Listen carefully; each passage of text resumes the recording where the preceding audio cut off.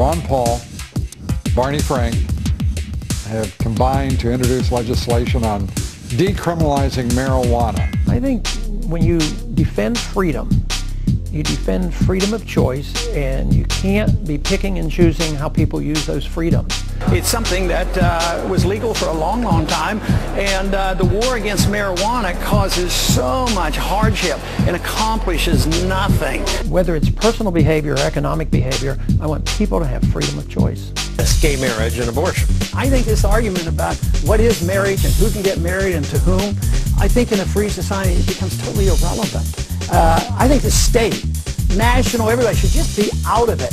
If somebody wants to call themselves married, fine. Why do we have to have a license to get married? Why don't we just go to the church? And what other individuals do, why can't we permit them to do it? Whatever they call it. We don't get our rights because we're gays or women or minorities. We get our rights from our Creator as individuals. So every individual should be treated the same way. Actually, I want to be president, not for the things I want to do, for the things I don't think we should do.